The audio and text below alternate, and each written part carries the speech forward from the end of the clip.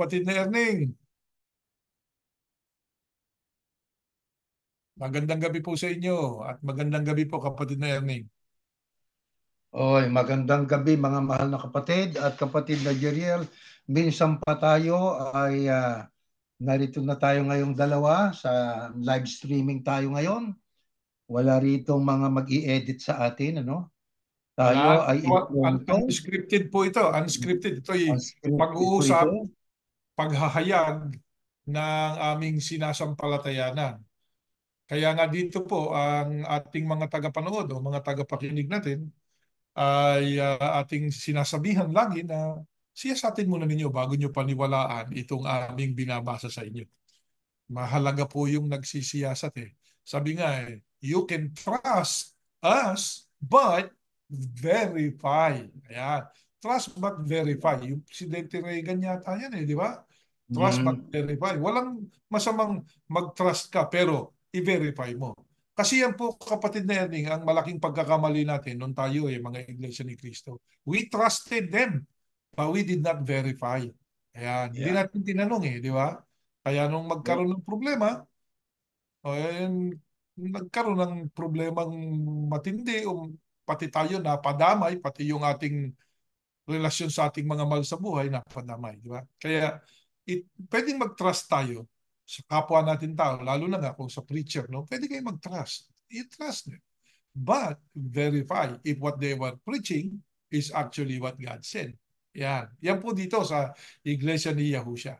I-verify ninyo. Huwag niyo basta sasampalatayanan itong aming ibinabahagi sa inyo. Opo, at bago tayo magpatuloy, kapatid na Jeriel, tayo muling mananalangin muna. Dakilang Ama, maririnig mong muli ang tinig ng iyong mga anak. Kakaisa kaming diwa para alayan ka ng taus-pusong pasasalamat, Panginoon, sapagkat magpahanggang ngayon ay aming damang-dama ang pag-ibig mo, ang pagmamalasakit, ang pagtupad mo ng iyong mga pangako sa mga aba mong mga alipin. May buhay kami't lakas, magpahanggang ngayon, may tinig kaming nagagamit namin upang amin pong pangunahan ang paghahayag ng iyong mga salita, pag-aaral ng iyong mga katotohanan. Kaya amin pong hinihiling sa iyo na sana'y magsuri ang mga tagapakinig bago sila sumampalataya sa mga ilalahad naming mga katotohanang nakasulat sa banal na kasulatan. Panginoon Diyos, amin ding hinihiling sa iyo at ipinagmamakaawa, patawarin mo po kami sa aming mga pagkakasala upang kami, o Panginoon Diyos, ay maging sisidlang hirang ng iyong mga salita at kami po ay makaluwalhati po sa iyong dakilang pangalan. Lubos ang aming tiwala, tinanggap mong aming pakiusap. Ang lahat ay sa pangalan po ng iyong anak, ang Panginoong Yahushua na aming tagapagligtas. Amen.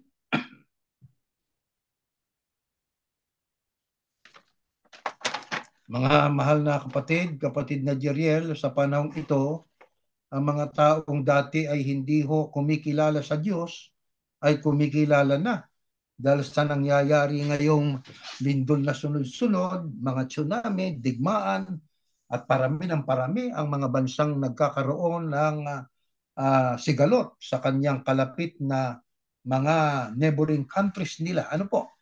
Kaya ang mga tayo ay natutong kumilala. Ang mga kumilala na sa Diyos, bagaman ng iba ay higit sa isang Diyos ang kanilang kinikilala, ay lalong naglilingkod sa Panginoon Diyos. At bali ba sa panahon ito, ang tao ay nagiging mapanalanginin, kapatid na Jeriel, dahil nga po sa mga nangyayaring ito sa ating kapaligiran ngayon. Yeah. Pero ang ating tanong ayon po sa banal na kasulatan ay sa panalangin natin, mayroon po bang ipinagbabawal ang Panginoon Diyos? Atin pong basahin itong unang talata. Ano? Basahin na agad natin. Ito nakasulat.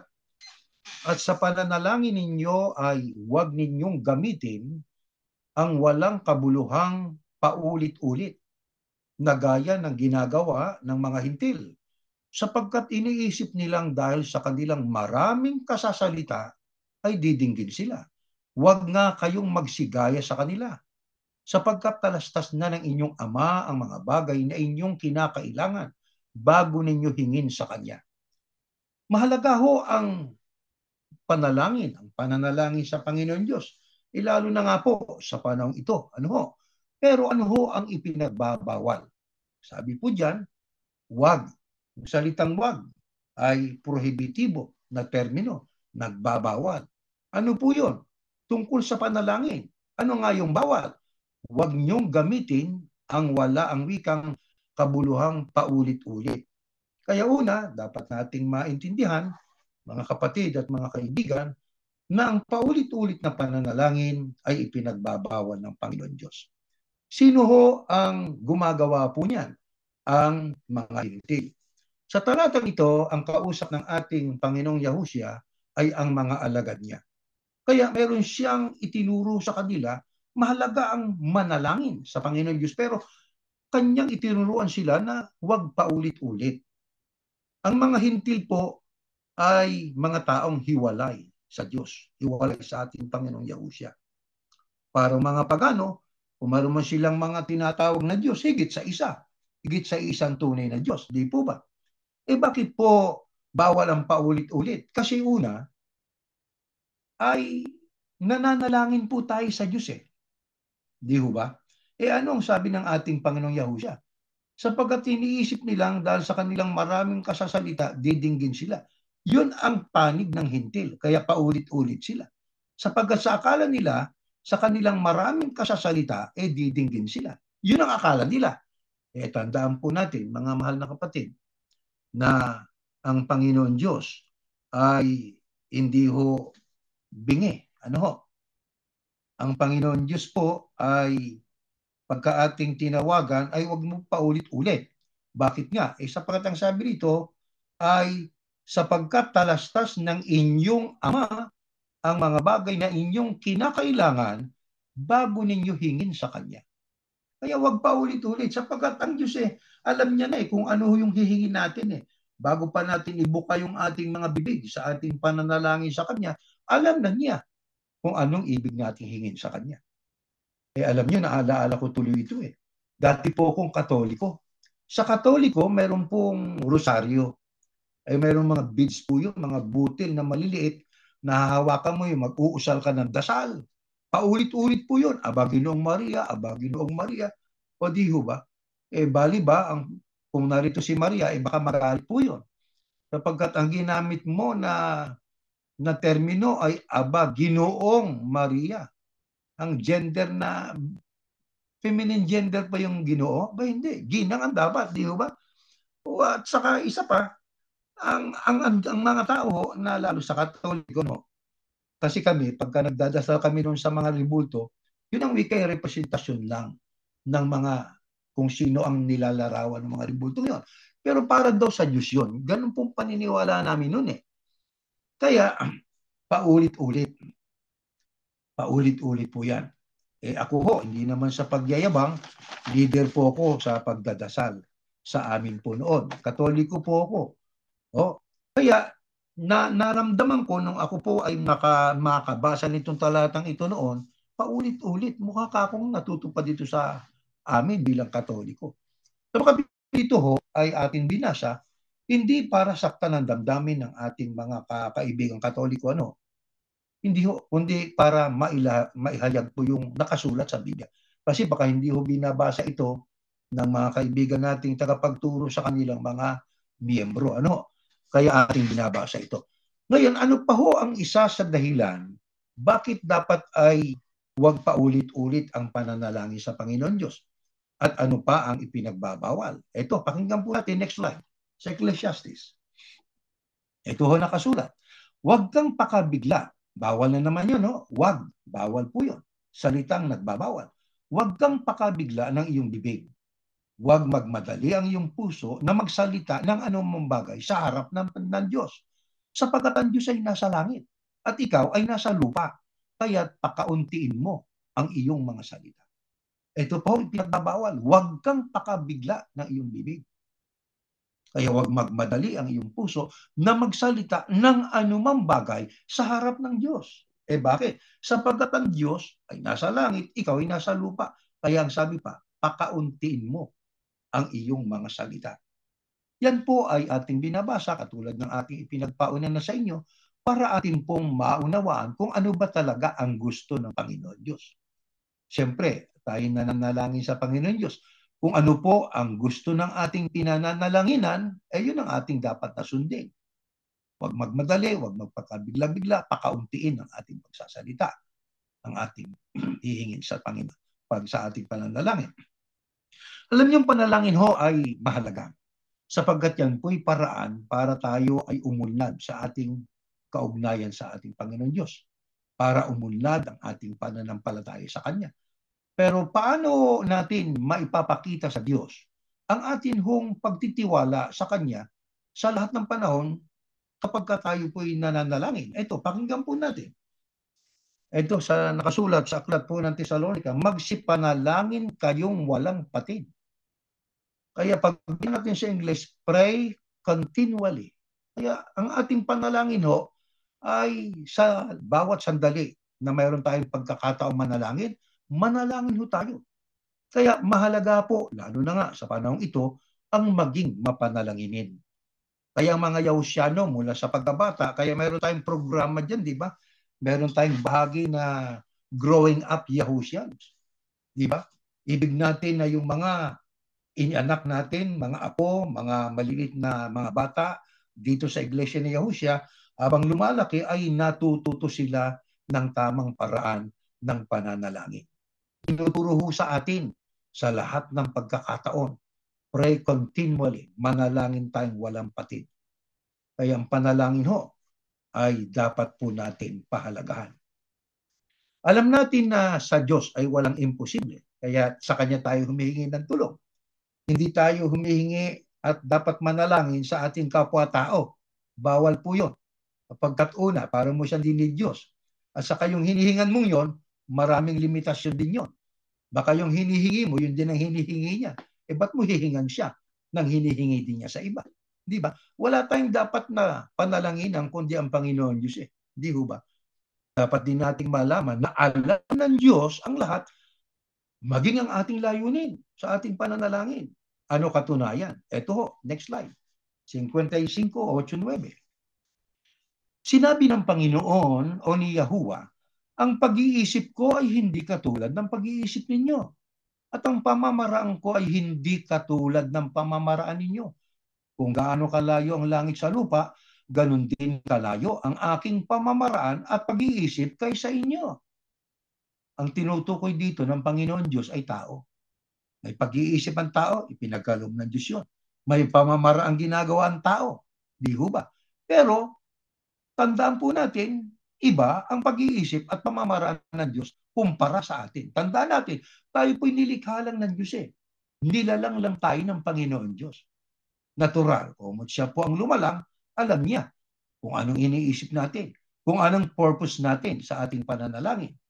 Kaya yung ipanalangin natin na, Ama, ipaghiganti mo po ang aming tagapamahala. Ama, lipulin mo po ang mga kumakalaban sa amin pong pananampalataya. Ama, ipahamak mo po sila. Anong layunin po yun? Layunin po yan ng masama. Ang makatuwid, mga kapatid, kung tayo mananalangin, tiyakin po natin na ang nilalaman ng ating panalangin sa Diyos ay mayroon tayong mabuting budhi. Mabuting ating layunin, mabuting ating hinihingi, hindi lamang para sa ating ikabubuti, maging sa ating kapwa-tao, maging yung ating mga kaibigang, dati nating kaibigan, pero nang tayo po ay naging Yahusyano na, ikinalaban na tayo, kinamuhian na tayo. Sabi nga ng Panginoon Yahusya, ipanalangin ninyo ang mga umuusig sa inyo, ang mga kumakaaway sa inyo. Yan ang dapat ng maging layunin. Hindi yung ipanalangin natin para sila'y malipol, para sila'y mapahamak. Ang mga miyembro naman sasagot, opo, siya nga po, amen. Abay, aamin ka, no? Ba't ka aamin doon? Yung nilalaman ng panalangin ay hindi na ayon sa kalooban ng Diyos. Kaya, mga kapatid, atin pong dapat na maunawaan na hindi lahat ng panalangin ay sinasagot ng Diyos. Di ba? May panalangin na dinidinig ng Diyos. May pananalangin naman na hindi ho dinidinig ng Panginoon Diyos. Alam nyo, mayroong pruweba ho niyan eh. Maging ang ating Panginoong na siya, nanalangin siya sa Ama. Pero alam nyo, kung kaninong kalooban ang pinairal niya, hindi yung kanya eh. Ito pruweba. Next slide po. Sa Lucas. Ama, kung maaari ay ilayo nyo sana sa akin ang mga paghihirap na darating. Ngunit hindi ang kalooban ko ang masunod, kundi ang kalooban ninyo. Yan po'y tagpo na ang ating Panginoong Yahusya'y pinagpakitaan ng Panginoon Diyos nang daranasin niya, nalaman niya na siya ipapako sa krus, pahihirapan siya, ihaharap siya sa mga tao, di ba? Mapapahiya siya sa harap ng mga tao. Kaya ang sabi niya, bilang tao, ano ho? Ang sabi niya, Ama, kung maaari. Yung salitang kung maaari, yan po'y pakiusap, pakisuyo. Nang sabi ng Panginoon Yahusya, kung maaari, ilayo nyo sana sa akin ang mga paghihirap na darating. Ayaw niya nun eh. Ikaw man eh. Halimbawa, sasabihin sa atin, ito daranasin mo. Ikaw ay magpapasal ng krus. Ikaw ay luluraan. Ikaw ay ipapahiya. Ikaw ay papatayin sa krus. Isipin ninyo ang bigat no, ang hirap nung ipako ka sa krus. Ang dalawang palad mo ay may pako. Dagdagan pa ng weight mo. Napakasakit po nun ah. At saka yung paa mo. Di ba? Nakapako rin. Napakahirap nun. Kaya ang sabi ng Panginoon Yahusya, kung maaari, ilayo nyo sana sa akin ang mga paghihirap na darating. Pero sa kanyang hiningi sa Panginoon Diyos, ano pa rin ang kanyang isinaalang-alang? Ang sabi niya, ngunit hindi ang kalooban ko ang masunod, kundi ang kalooban ninyo. Kaya sa atin ng pananalangin, huwag nating obligahin ang Diyos. Dapat mo po ibigay ito sa akin, Ama. Kailangan mo pong ibigay ito sa akin. Huwag po gano'n. Ang kailangan po kung maaari, Ama, ay pakibigay niyo po sa akin itong hinihiling po natin sa inyo. Nakikiusap, gaya ng Panginoong Yahusya. Pero sa bandang huli rin, ang masasabi lang natin, pero kung ano po yung kalooban ninyo, yun po ang mangyari po sa amin. Hindi ba ganoon din tayo, mga kapatid, pagka tayo po ay nananalangin sa Panginoon Diyos? Mayroon tayong mga hinihingi, di ba?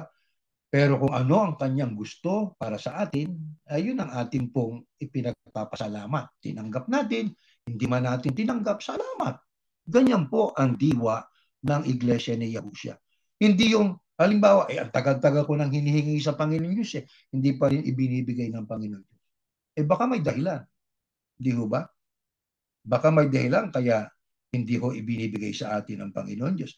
Alam niyo, sa ating pananalangin sa Diyos, dapat po nandoon ang pagtitiwala.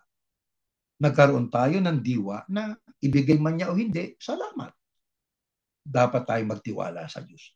Sa talata ng Biblia o sa mga talata ng Biblia ay ating mababasa ang kapangyarihan ng Diyos sa pagpapagaling, sa pagkakaloob ng pangangailangan ng mga tao.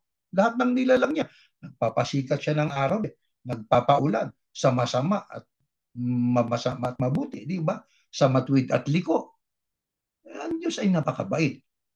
Inaalim niya ang mga taong nasa kalumbayan. Binuhay niya ang mga patay. Sapat ang mga ito para tayo ay magtiwala at manalig sa Diyos kailanman tayo ay nananalangin sa Kanya.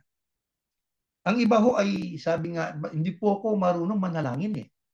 Ayaw ko pong manalangin sa kalipunan ng mga magkakapatid. Ang tanong ay, meron po bang marunong manalangin talaga sa atin? Basahin po natin ito sa Roma. Ito. Tinutulungan tayo ng banal na espiritu sa kahinaan natin. Hindi natin alam kung ano ang dapat nating ipanalangin. Kaya ang espiritu na rin ang namamagitan sa Diyos para sa atin sa pamamagitan ng mga daing na hindi natin kayang sabihin. Kaya huwag tayong mawalan ng pagtitiwala sa atin pong sarili. Kailangan din po magkaroon tayo ng pagtitiwala sa sarili natin. Di ba? Na ang tiwala ko ay nasa akin ang pagtulong ng Diyos. Kaya ako'y mananalangin. Sapagkat wala naman talagang marunong manalangin sa atin ho eh. Kaya lang tayo nakakapanalangin sa tulong at awa ng Diyos. Nagsusugo siya ng banal na espiritu eh. Di ho ba? Wala namang perpekto. Di ba? Minsan tayo ay nauutal, nadudupilas. Iba ang ating nababanggit kaysa laman ng ating isipan. Di po ba? Kaya ang sabi nga diyan, kaya ang Espiritu na rin ang mamagitan sa Diyos para sa atin sa pamamagitan ng mga dahil na hindi natin kayang sabihin. Kaya huwag tayong mawala ng pag-asa. Halimbawa tayo sa kalipunan ng mga magkakapatid at hinihingi na tayo dapat manalangin at halimbawa ay tayo po ang halimbawa ang napakausapan na manalangin, manalangin ho tayo na may buong pagtitiwala at huwag tayong magkaroon ng reserbasyon na hindi ako marunong manalangin. Kailangan po pag-aralan natin ang pananalangin at sa tulong at awa ng banal na espiritu na galing sa Diyos, tayo ho ay tutulungang makapanalangin.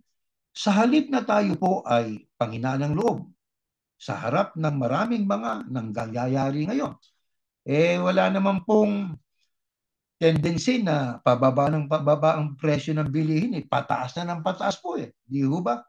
Gawa ng gyera na yan, pataas na po ng pataas ang bilihin, ang pangangailangan natin. Dahil dyan, anong payo ng Apostol Pablo? Ito po, pakinggan natin. Sa Pilipos, next slide, huwag kayong mag-alala sa anumang bagay. Sa halip ilapit sa Diyos ang lahat ng pangangailangan nyo sa pamamagitan ng panalangin na may pasasalamat. Kaya sa panahon natin, lalo na nga, ang gera ay patuloy at patuloy pa rin, nakaamba pa rin ang panibagong gera, bansang malapit sa atin, bansang malayo sa atin, naglalabanan, patindi ang mga nagaganap na mga kalamidad. Kaya ang sabi ng Apostol Pablo, huwag kayo mag-alala sa anumang bagay. Pagkain, proteksyon, kapayapaan, yung ika nga ay panatag na kalooban, huwag tayong mag-alala. Sa halip, ilapit sa Diyos ang lahat ng pangangailangan nyo sa pamamagitan po ng panalangin na may pasasalamat. Kaya mahalaga talaga ho na tayo na mga lingkod ng Diyos ay matuto na tayo'y manalangin sa Panginoon Diyos. Kailangan tayo ay maging mapanalanginin. Sa trabaho, may break time tayo. Sandali, ipikit natin ang ating mga mata. O kailangan kung hindi man tayo nakapikit, ay manalangin tayo sa isip natin. Hindi ho ba? Tayo kasi ang kapahamakan kahit saan nandun po yan. Di ba? Ang iba't ibang mga sakuna ay nagaganap kahit saan nandun ang tao. Kaya may pagkakataon ba tayo? Manalangin tayo. Ang totoo, dapat magkaroon talaga tayo ng tiyempo, panahon para manalangin. Di ba? At bukod pa ron sa ating mga panalangin sa pagsamba, panalangin pang sarili, pwede tayong manalangin kasama ng ating kasambahay. Di ba? Mahalaga po yun. Alam nyo, mga kapatid, may nagtatanong pa. Bawal ho ba ang manalangin ng malakas? Aba, ang tinig. Hindi ho bawal yun. Sapagkat pag binasa ninyo sa Hebreo 5:17, sa 5:7, ang Panginoong Yahushua ay nanalangin ng malakas. Talagang with a loud voice. Ang ating Panginoong Yahushua ay nanalangin sa Ama. Ang mga apostol nanalangin din ng malakas. Ayon sa Gawa 8:15, Gawa 16:25, Gawa 20:36, Gawa 1:14. Nanalangin ng malakas ang mga apostol.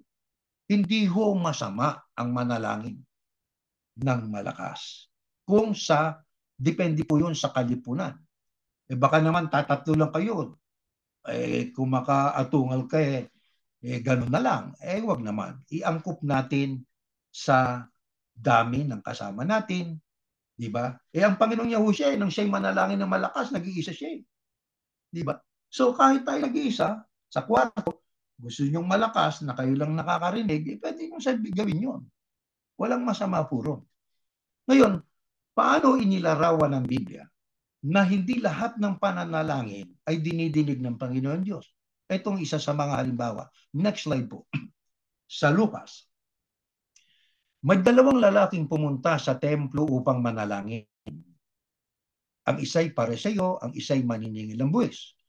Tumayo ang pareseyo at nanalangin tungkol sa kanyang sarili. Sinabi niya, "O Diyos, nagpapasalamat ako sa inyo dahil hindi ako katulad ng iba na magnanakaw, nandaraya, at mangangalo niya, o katulad ng maniningil ng buwis na yon. 2 beses akong nag-aayuno sa isang linggo at nagbibigay ako ng ikapo ng lahat ng kinikita ko.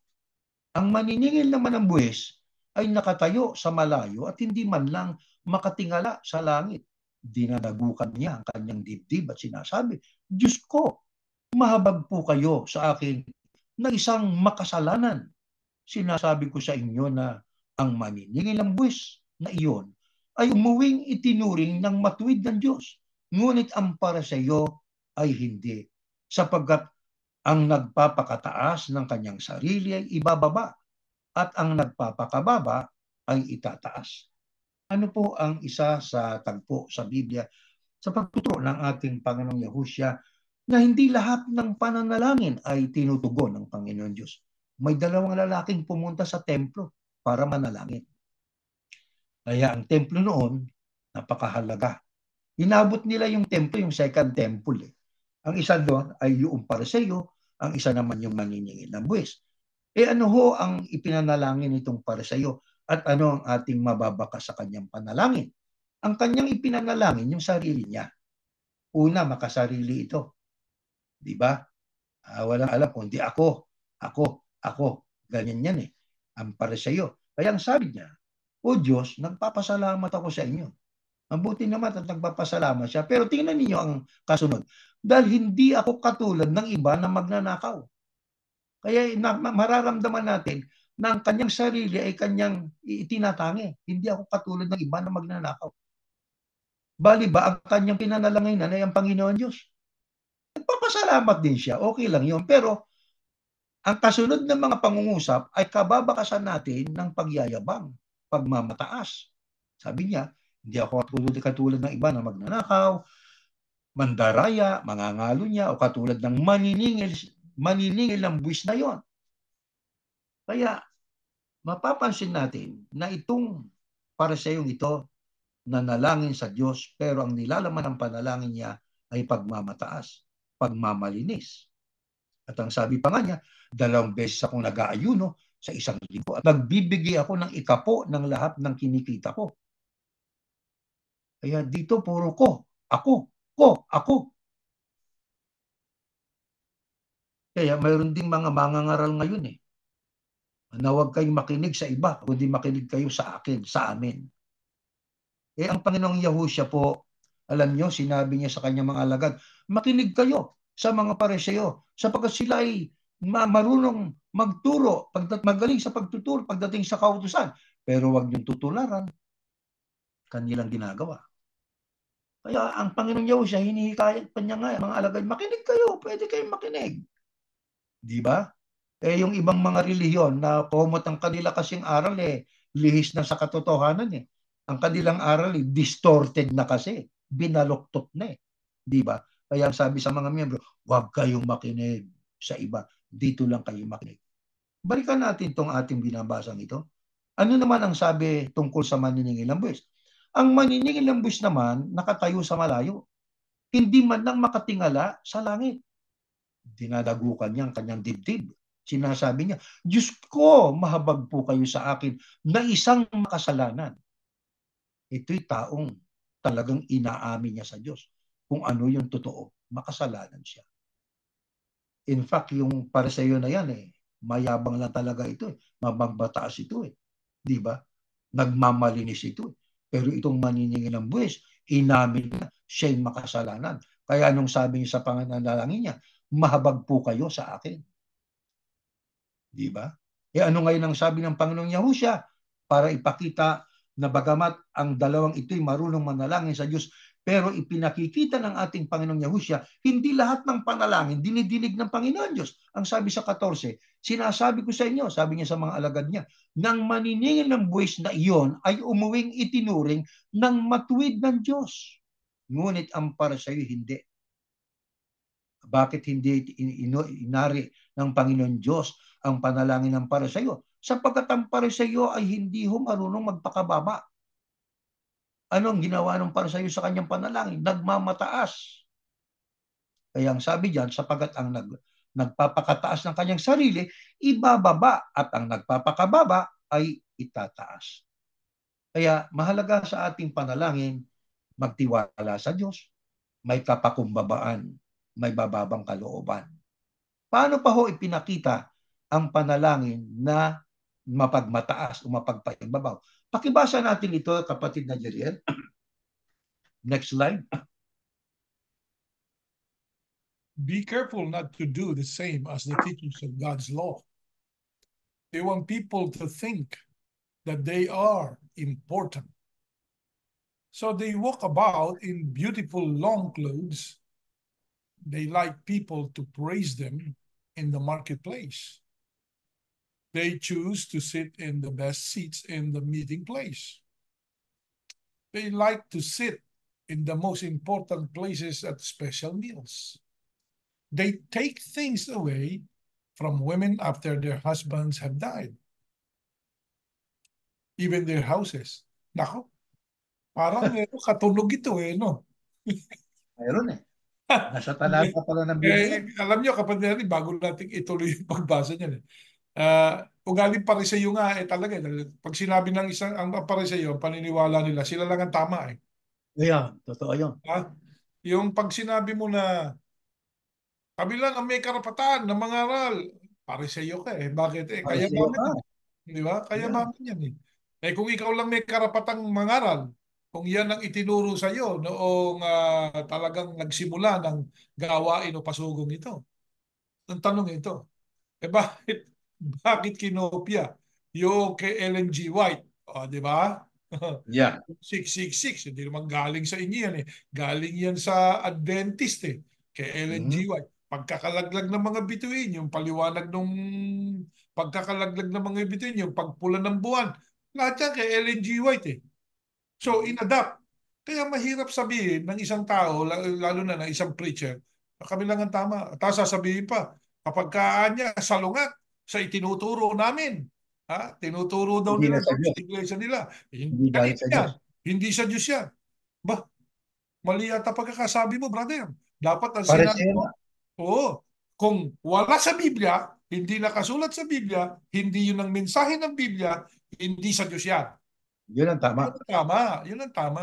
Tuloy natin to ng agaw ng yung byuda, pinahirapan pagkatapos kinuha pa yung bahay. Oo. Meron ganyan, no? Then they Meron. pray for a long time so that other people will praise them. Naku, yun na nga. Nananalangin para i-praise lang i-praise yung kanilang leader Tao. Because they do these things. God will punish those men much more than other people. Mabuti na lang, di tayo kasama doon. Kaya mas ipapunish o parurusahan kayo ayon sa nakasulat kaysa sa iba. Beware of the scribes, mga eskriba, who like to walk around in a long robes, displaying their prominence. Pakaway-kaway pa. Kung maglakad, pakaway-kaway, pag ganun-ganun pa ganun-ganun pa Akala mo, yung, tawag doon, celebrity, no? Hindi ka naman celebrity. Tuloy natin. And loud, respectful greetings in the crowded marketplace. And chief seats in the synagogues and places of honor of banquets. So, synagogue, merong yung parang nakatanghil sila di ba? Yeah. Di ba doon sa pinanggalingan natin? Huwag na lang yun. Muna tayo sa mga yung Papa may trono di ba? May trono yung Papa may isang seat no? Ngayon ganun din yung ganun din yung mga protestante meron ding mga ganun, may seat din sa harapan. Tapos yung yung tinatawag na mga yung mga tawag dito yung inaarkila natin yung mga nila nung araw yung kanilang mga hall Ah, Kingdom mo, Jehovah. hindi Jehovah, yung isa pa, na meron din silang mga trono. Mason, Uh, yung mga mason. ayun, mason, May mason. mga trono rin yan, di ba? Sa, parang kakaiba sila doon sa ibang mga dumadalo doon. Yung Iglesia Mhm. ni Cristo, ganun din eh. Doon, meron silang tribuna, meron pinakamalaking tribuna sa gitna, Oo, di ba? yeah. Ayan. O sino nakakatulad? Huwag kayong magdaramdam kung pinupuno naman. Kasi ito sinasabi ng Biblia eh, na yung mga Pariseo, yung mga, sabi nga Skriba. ano tawag dyan? Mga Skriba.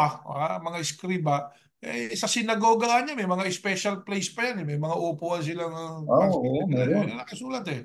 These men, ayan, itong mga lalaking ito, itong mga taong ito, who confiscate and devour widows. Nako, Ay, nako.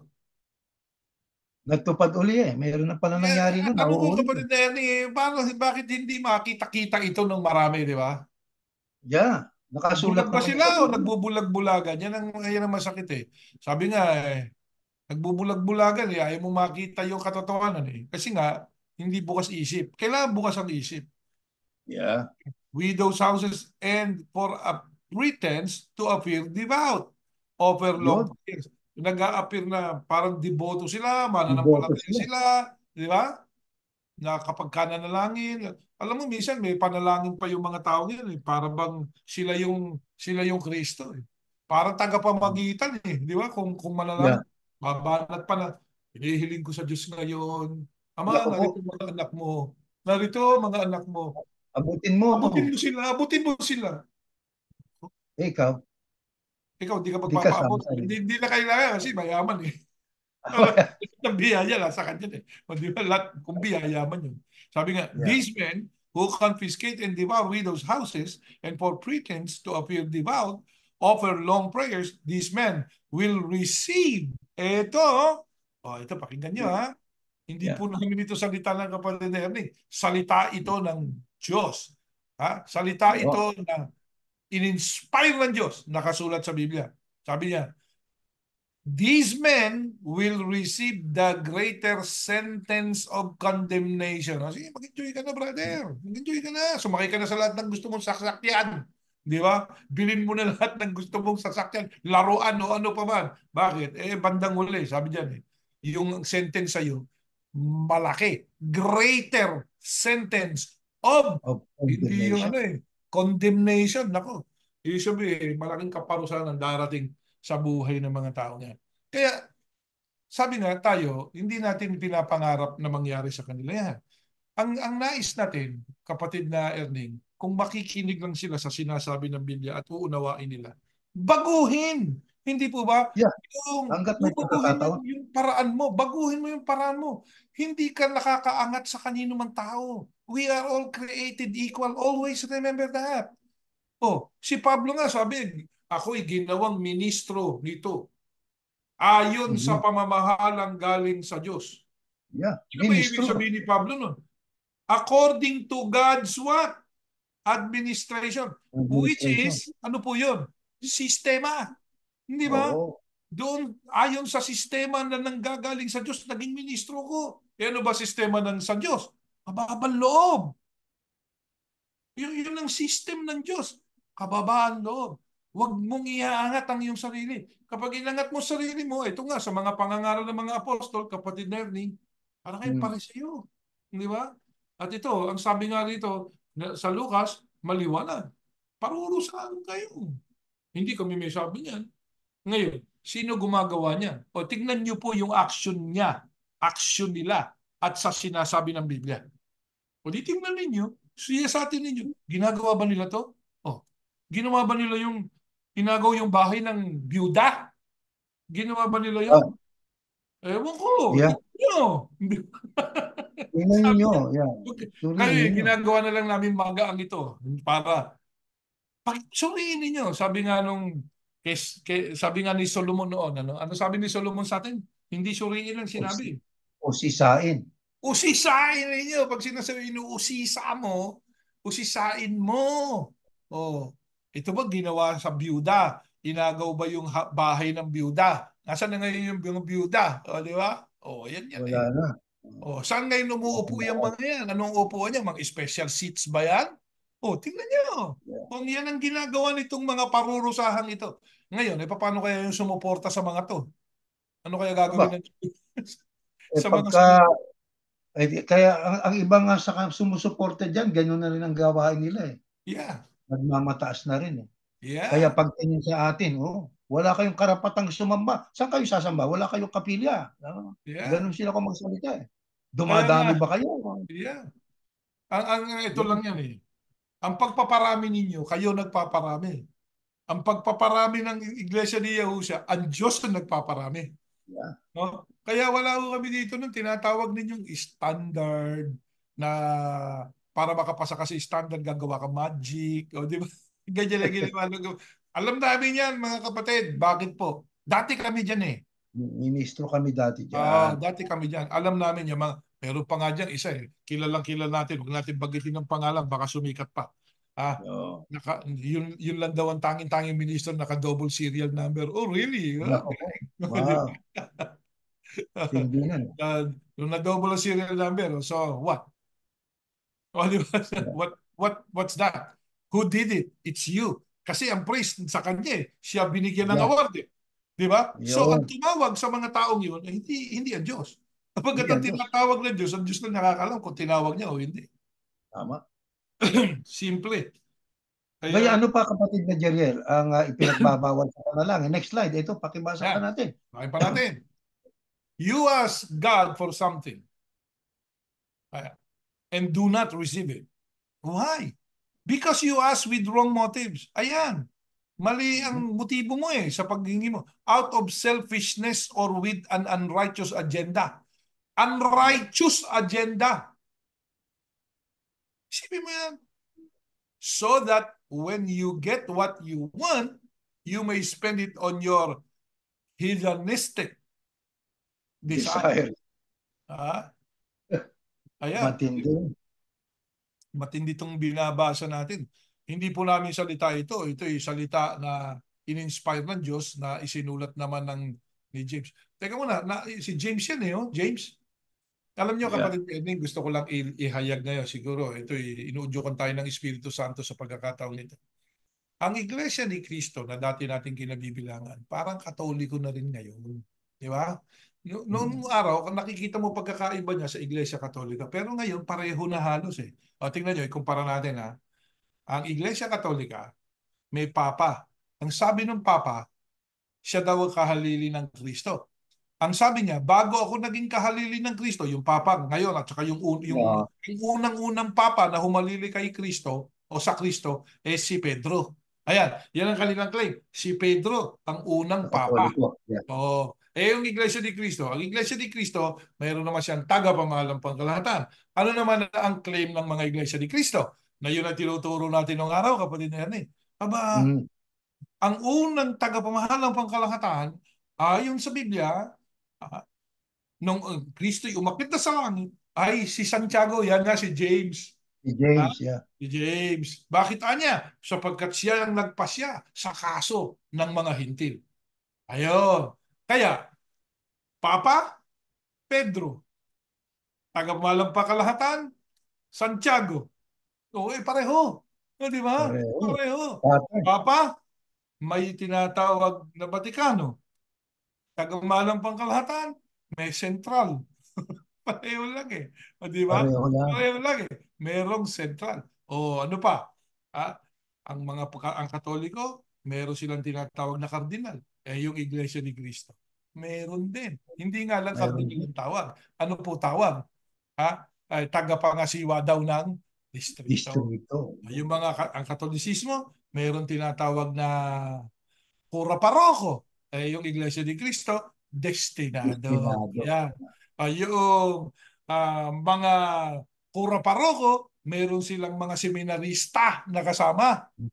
Di ba? Doon sa kanilang paroko, may mga seminarista doon. At mayroong mga sakristan o ano pa mga kasama nilang katulong nila doon. Yung Iglesia ni Cristo. Hindi nga lang seminarista ang tawag. Ano tawag? Ministerial student. Pareho rin. Di ba? So, ano pagkakaiba niyo? Ang Iglesia Katolika, sumasamba sa mga larawan. Idolater. Eh kami Oo. hindi. Aba, ano ba ang ibig sabihin ng idolatry? Di ba? Pagbibigay ng napakalaking pagpapahalaga sa isang bagay o tao. O ayan, sino pinakamahalagang tao sa inyo? Yun ang tanong. Sino ang binigyan nyo ng pangalan VVIP? Oh, si Binya. Wow. Ha? Kaya, ang sabi ng banal na kasulatan, maliwanag. Maliwanag. Ano yan? Mayroong desire. Hedonistic and desire. Ito pa, tuloy Oo. natin kasi binanggit si James. But He Yeah. gives us more and more grace through the power of the Holy Spirit to defy sin and live an obedient life that reflects both our faith and our gratitude for our salvation. Therefore, it says, God is opposed to the proud and haughty. Mhm. Alam niyo yung kilos pa lang, may proud ka.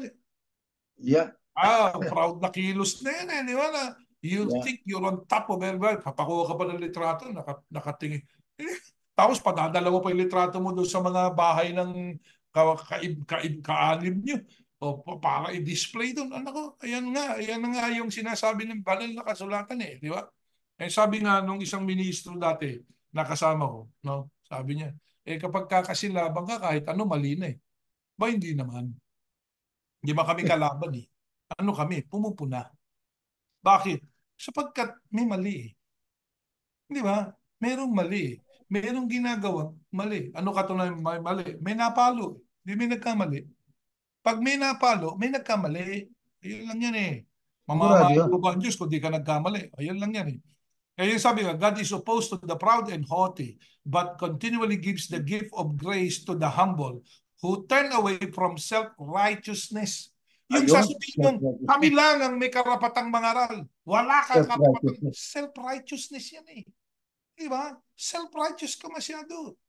Oh, dito lang, pagka contradiction sa itinuturo namin sa iglesia, hindi sa Diyos yan. Aba, sabi nga dyan ano yan, self-righteous ka na yan, brother. Mhm. Ayan, natutupad sa'yo. So, submit to the authority of God. Yan Ayun, sa Diyos. po, mga kapatid, meron tayong otoridad. Sino? Ang Diyos. Pero meron siyang mamamagitan sa Diyos at saka sa atin. Sino? Yung kanyang anak, si Yahushua. Kaya we submit to the authority of God. Resist the devil, stand firm against him. Kaya kapag ka ang ginagawa, kapatid na Ernie, ay nararamdaman natin, teka muna, mukhang hindi nagawain ng Diyos yan eh. Di Yeah. ba? Hindi, inaantok I-resist ko ng natin bahay yan. ng biyuda eh. Yeah. Hindi na sa Diyos yan eh. Ang sabi dito, resist the devil. Devil ka na eh. Resist the devil. Stand firm against him. Kaya itong iglesia ni Yahushua, we stand firm to resist that devil. Nasabi nga, devilish act that these people Mhm. are doing. Hindi kami titigil. Hindi kami titigil. Re-resist kami at re-resist kami. And he will flee from you. Yan ang siguradong gagawin. Ano Yeah. katunayan? Hindi tayo kinukompronta, oh. Di ba? Ayaw. Ayaw Ayaw sagutin. yung sagutin yung mga sinasabi namin. Bakit? Kasi nga, tumatakbo na kayo eh. Hindi nyo Yeah. kayang sagutin eh. Yun lang yun. Hindi nyo kayang sagutin. Come close to God with a contrite heart. Ito po tayo, mga kapatid. Kailangan. Bilang mga Yahusan. Ang mga Yahusan, mapagpakumbaba, mapagmahal, compassionate, pero hindi ibig sabihin, dungo. Hindi po dungo ang Yeah. mga Yahusan. Pagdating sa katwiran, sabi nga, we are firm. Yan ang nakasulat eh. Firm Yeah. tayo. Kaya ito pong ginagawa namin ng kapatid na Ernie. Ito'y pagiging firm sa ating pananampalataya. Hindi ito pang-aatake kanino pa man. Firm! Sabi nga ang salita ng Diyos na binigay sa atin ay tinulad sa tabak na mas matalas pa sa tabak na may 2 talim. Aba kahit ano, tatagpasin yan. Hindi mo ng mga salita ng Diyos. O tuloy pa natin ito. Come close to God with contrite heart and He will come close to you. Lalapit ang Diyos sa atin. Wash your hands, you sinners, and purify your unfaithful hearts, and you double-minded people. Ayan, yung kailangan kasi sa tao open-minded, hindi double-minded. Di ba? Open-minded. Oo, open-minded, hindi double-minded. Pag alam na nating mali, mga kapatid, pag alam na nating mali, admit it. Kami po, pag nagkamali, we will admit it. Oh, sorry po, medyo mali yung nasabi namin noong nakaraan, itutuwid natin ngayon. Hindi ba? Kasiraan po ba sa atin yung kapatid na Ernie? Hindi. Yun ang totoo eh. Doon tayo Yeah. sa totoo. Yeah. Yeah. Kaya kapatid na Jillian, dyan po ay ating maramdaman ang mensahe. Ano ho? Na Yes. kapag ang ating layunin sa ating panalangin ay unrighteous agenda, Aha. aba, hindi ko didinggin ng Diyos yun. Hindi. Manapa, sabi nga God is opposed to the proud and haughty. Yung mga Yeah. mayayamang, ayaw ng Diyos ng ganun eh. Ayaw Siguro ng Diyos din. nun. Yung mapagmataas, wala nang totoo kundi sila. At saka bali ba doon sa pinanggalingan kong iglesia, sa Iglesia ni Cristo, ha? Submit to the authority of the tagapamahalang pangkalahatan. Yan. Yun ang mga question ko noon eh. Teka muna ka ako, teka may problema na rito. Hindi na tayo sa Diyos dinadala nito. Dinadala na tayo sa isang tao. Exactly. Yun nga. Ayon sa ating binasa ay maliwanag po yan. Kung mayroon man tayo dapat na pagpapasakupan ng buong buo, walang iba kundi ang Diyos, Exactly. mga kapatid. Kaya ang Exactly. mga Yahusyano, kung tayo may nananalangin, ang nilalaman ng panalangin natin po ay para sa kaibubuti ng tao. Hindi lang para sa atin lang, para sa lahat po. Ang katunayan nga mababasa natin ito sa Timoteo. Next slide po. Ito Mhm. nakasulat. Babasahin natin. Una sa lahat, ipinapakiusap kong ipanalangin yung lahat ng tao, sabi ni Pablo. Yeah. Ipaabot nyo sa Diyos ang kahilingan nyo para sa kanila ng may pasasalamat. Ang inaatasan dito, mga tagasunod ni Yahushua. Ang Mhm. nagsasalita, si Pablo, sulat niya kay Timoteo. Ang sabi niya ay ipinapakiusap kong ipanalangin nyo lahat ng tao. Kaya dito, kung nababanggit man natin po, yung mga talata ng Biblia at ang ibang mga tao na kasama natin sa mundong ito ay Mhm. lumalabag dyan, hindi para saktan ang damdamin nila, para mapukaw ang damdamin nila. Di ba? Tayo nagising na tayo sa pagkakatulog. Sila ho, sa kabila ng nangyari, ay tulog na tulog pa rin ng napakahimbing ng pagkakatulog. Yeah. Pinupukaw sila ng mga salita ng Diyos. Binabasa lang natin ang mga salita ng Diyos. Kaya sa ating panalangin, sinasama natin leader ng mga bansa, lahat ng mga taong nasa bansang may kaguluhan, nagsasuffer ngayon ng mga bunga ng kalamidad, gyera, Diyos ko, pinapanalangin natin. Yan ho ang aming damdamin, mga kapatid. At ang sabi pa sa Diyos, ipanalangin yung mga hari, mga leader ng mga bansa. Hindi lang leader ng mga bansa, pati leader ng mga relihiyon. Hindi ho ba? Sinasama natin sa panalangin sapagkat ang mga At leader ng relihiyon ay tao din yun. Ang sabi, lahat ng tao Di ba? At mga may kapangyarihan para makapamuhay tayo ng tahimik at mhm. mapayapa na may kabanalan at tamang pag-uugali.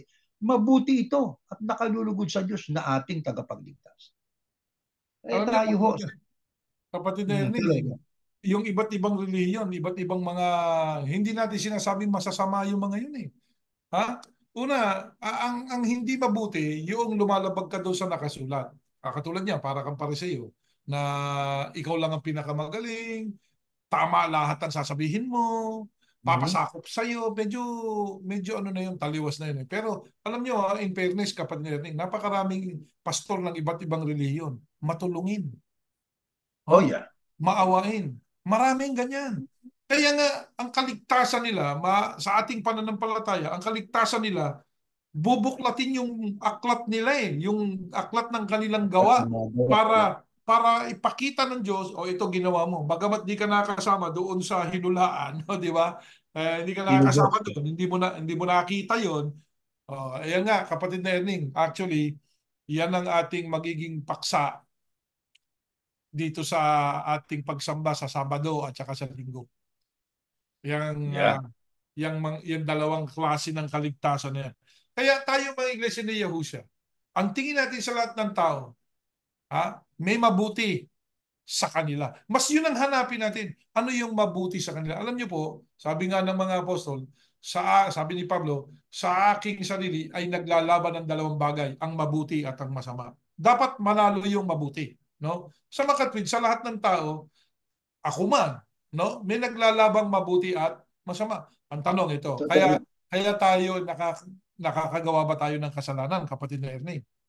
Nakagagawa tayo Eh, nun. yung po Yeah. bang kasalanan, kapatid na Ernie, masama o mabuti? Abay, masama po yun. Masama yung kasalanan. So nakagagawa tayo. Kaya bilang mga tao, ano po, Mayroong mabuti at masama inside us. Pero ang dapat manaig ay yung mabuti. Yung mabuti. Sa paningin ng Diyos, yung mga preachers na yan, iba't ibang religion, maraming mabubuti diyan. Kahit sa mga kaparian maraming Mhm. mabubuting pare, di ba? Totoo yun. Yeah. Ma- sabi nga sa lahat ng organisasyon may mabuti at may masama. Ayun lang yun. Kaya yung kaligtasan, isa lang nakakaalam nun. Hindi na mabuti kapag ka ang isang tao, ang isang preacher, hahatol na. Ikaw hindi ka maliligtas pag wala ka dito. Teka muna, saan mo nabasa yun? Saan mo mababasa ang aklat ng Biblia pag wala dyan sa religion mo? Yung nakasulat, letra por letra, hindi maliligtas. May mababasa ka ba? Wala.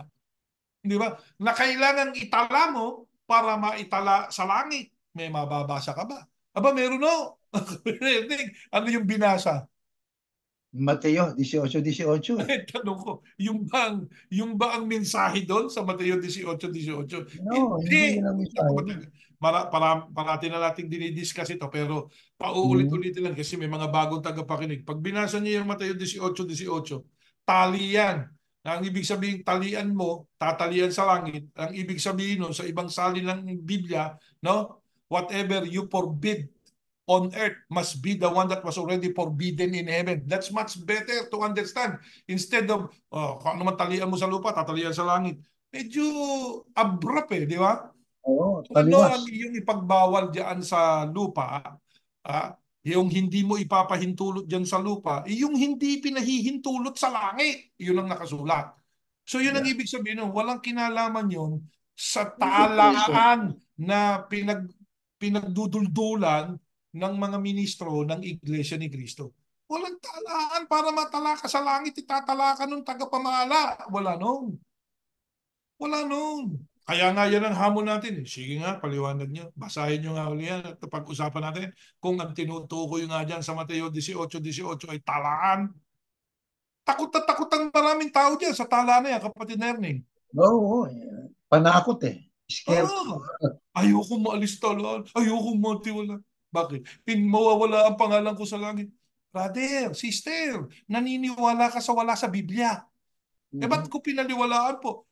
Ba't naging totoo sa akin ito? Pinaniwalaan mo eh. Bakit mo Yeah, pinaniwalaan? Hindi mo kasi siniyasat eh.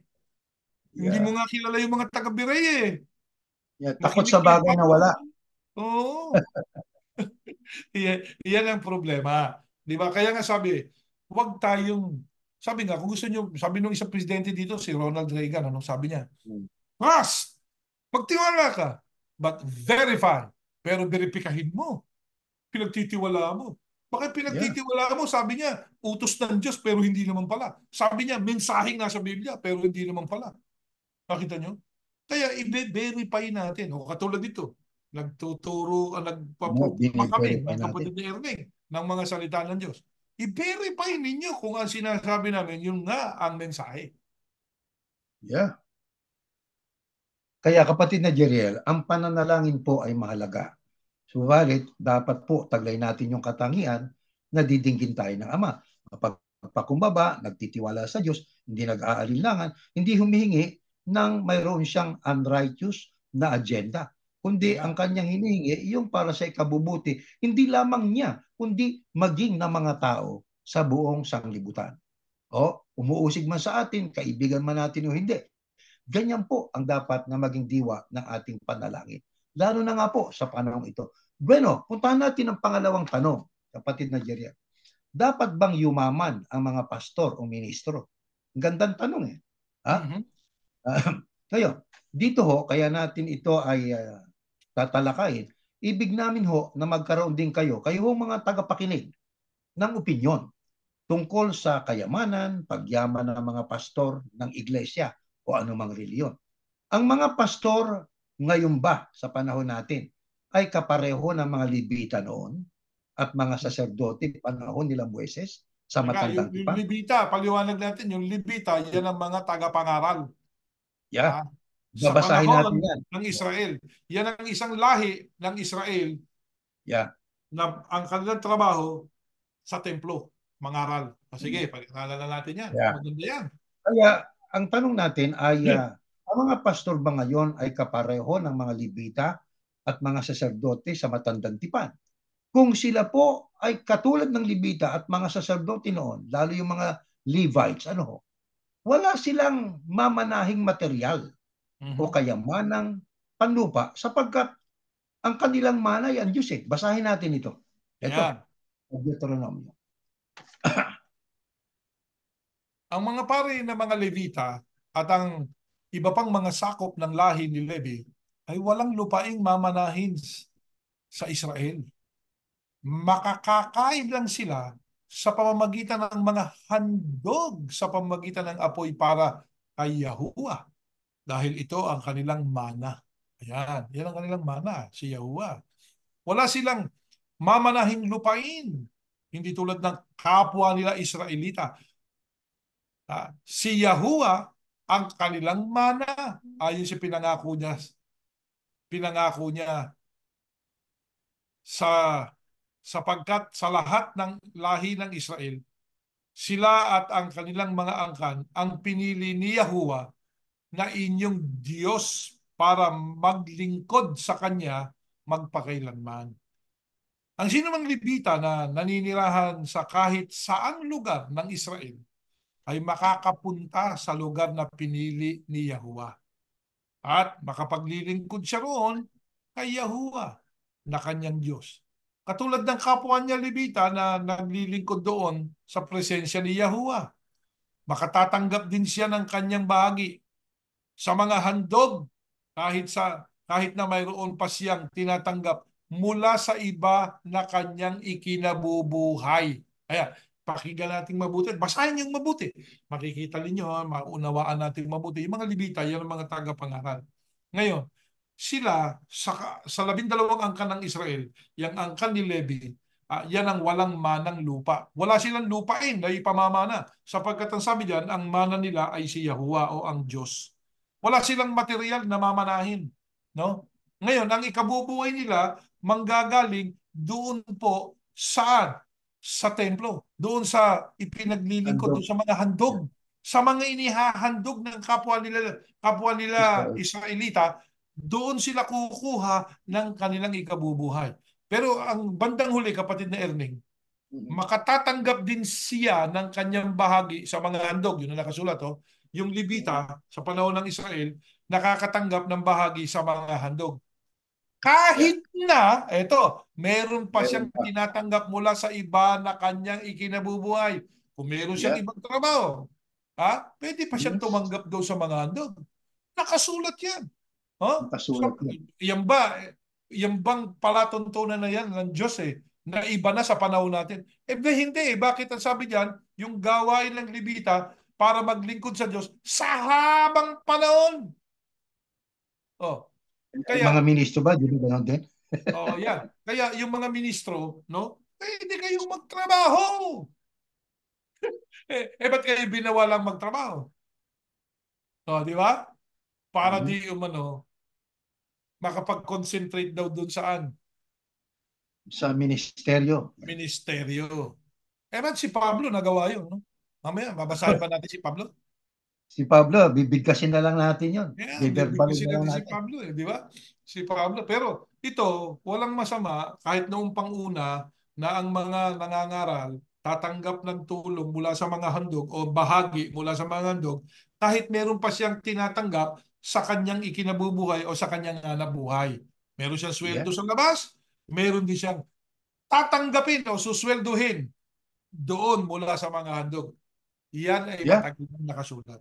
No? Ito pa, karagdagang kasulatan. Basahin pa Sige, natin. Next tuloy pa slide. natin. Ito pa. Ang mga Levita ang responsable sa mga gawain sa toldang tipanan. Yung Ayun. mga pagsambayan. At Sa mananagot pagsamba. sila sa kanilang magagawang kasalanan laban dito. Ang mga tuntuning ito ay dapat tuparin hanggang sa susunod pang mga henerasyon. Walang Mhm. mamanahing lupa ang mga Levita sa Israel. Sa halip, ibibigay ko sa kanila bilang kanilang bahagi ang mga ikapo na ibinigay ng mga Israelita bilang handog nila sa akin. Ay, no, Sabi ng kasi Diyos. fighting, no? Yung ikapo Mhm. sa Levita, no? Doon Mhm. papunta. Tuloy natin. ibibigay ko sa kanila bilang kanilang bahagi ang mga ikapo na ibibigay ng mga Israelita bilang handog nila sa akin. So naghahandog sa Diyos, binibigay ng Diyos naman sa mga Levita. Iyan ang dahilan kung bakit sinasabi ko na ang mga Levita ay walang mamanahing lupa sa Israel. Yan ang dahilan Inutusan, ng ha? handog. Yeah, Tapo. inutusan ni Yahuwah si Moises na sabihin niya ito sa mga Levita. Kung matanggap Mhm. na ninyo mula sa mga Israelita ang ikapo na ibibigay ko sa inyo bilang inyong bahagi, kailangang magbigay din kayo ng inyong ikapo galing sa ikapo nila. Ibig sabihin, Ayun. handog pa rin yung mga Levita. Yeah. Okay. O yan, ginagawa natin yan. Meron tayong tinatanggap. Kahit nung tayo Iglesia pa ni Cristo, di ba? Meron din Meron, tayo. pero Yeah. hindi nga lang ikapo. Mula doon sa tinatanggap natin tulong ang tawag, sweldo yan di ba? Yeah. Tulong-tulong pa tawag, kunyari. Tapos inahandog din natin. Ginagawa rin yan ng libitan noong pangaraw. Kung matanggap na Yeah. ninyo mula sa mga salita, ikapo bibigay ko sa inyo bilang inyong bahagi, kailangang magbigay din kayo sa inyong ikapo galing sa ikapo nila. Bilang handog sa akin, naghahandog din yung Yeah. mga bilibita. Ituturing Mhm. ko ito bilang inyong handog mula sa mga ani na parang naghahandog kayo ng trigo mula sa giikan o alak mula sa pisaan ng ubas. Sa pamamagitan Ayun. nito, makapagbibigay din kayo ng handog sa akin galing sa lahat ng ikapo na inyong natanggap mula sa aking mga Israelita. At Mhm. sa aking bahagi na yon, ang ikapo nito ay ibigay ninyo sa paring si Aaron. Ayan. Yeah. Meron Maliwanag pa. yung sabi niya. Kahit nung panguna, yan ang palatuntunan ng Diyos. Doon sa mga merong bahagi na ginagawa doon sa toldang tipanan. Kung saan nagtitipon o doon sa kanilang ano ba yung toldang tipanan? Yan ang tabernakulo. Yeah. Tabernakulo. So, diyan sa tabernakulo, diyan pumupunta ang mga lingkod ng Diyos, o mga Israelita para sumamba sa Yeah. Diyos. No? Para sumamba sa Diyos. Ang nananagot diyan ay yung mga Levita, yung mga pare. Sabi nga ng Levita, Nangangasiwa. Yeah. yung mga lahi ni Levi. Yan ang nananagot diyan. Ha? Pero wag sila dapat gumawa ng kasalanan laban diyan sa kanilang trabaho. Ha? Yeah.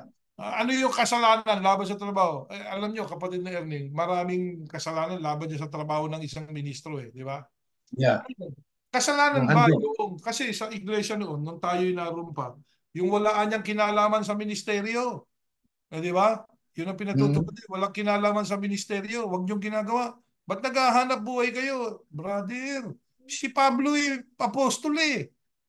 pero may business, di ba? Yeah. Tent maker siya eh. Yes. Bakit sa iyo naman babawal mo? Di ba? Kasi ito lang yan Ang handog natin sa Diyos, pwedeng tanggapin ng mga nangangaral. Di ba? Sa panahon ng Israel, ikapo. Ikapo. 10%. Yeah. O 10%. Sa panahon Tapo. natin ngayon, ilalagay natin sa batas sapagkat utos sa panahon ng Panginoong Yahusha na ito, sa Roma, nakasulat, pasasakop tayo sa palatuntunan ng gobyerno. Di ba? Mhm. Tama. Kaya, Tama. ang isang ministro na nagtatrabaho sa relihiyon, kung saan man siya kabilang, abay, kinakailangang sweldohan.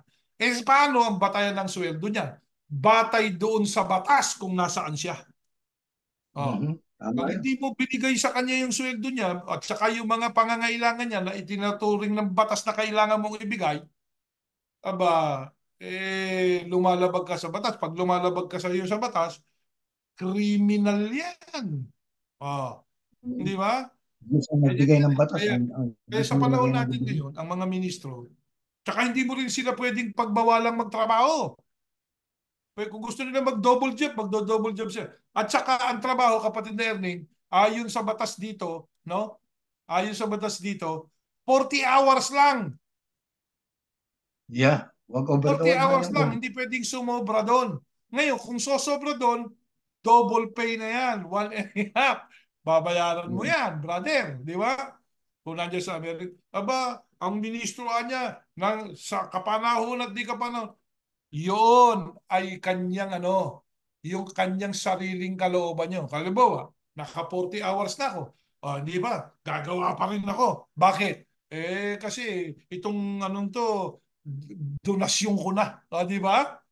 Yeah. Pwedeng gawin ng isang ministro yun. Volunteer na yung aking gagawin. Oh.